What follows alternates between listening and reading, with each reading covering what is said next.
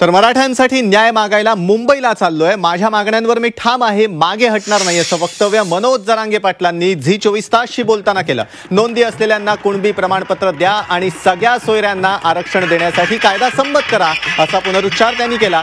जरांगेंचा भव्य मोर्चा आज रांजणगावमध्ये पोहोचला, त्यावेळेला झी 24 तासचे प्रतिनिधी नितेश महाजन यांनी त्यांच्याशी केलेली ही बातचीत। कायद्याचा सन्मान करू अर्ज केलाय, आमरण उपोषण माझा समाज करतो, याला सरकार परवानगी नाही देणार असं होऊ शकत नाही। आणि हे जर सरकारने नाही दिली तरी सरकारची सगळ्यात मोठी नाचक्की असेल। म्हणून मला सरकारशी मित्रत्व कामाचं नाहीये, माझा समाज मला महत्वाचा आहे हेही त्यांना सांगितलं। म्हणून मी माझ्या मागण्यावर ठाम आहे, हे रात्री त्यांना सांगितलं।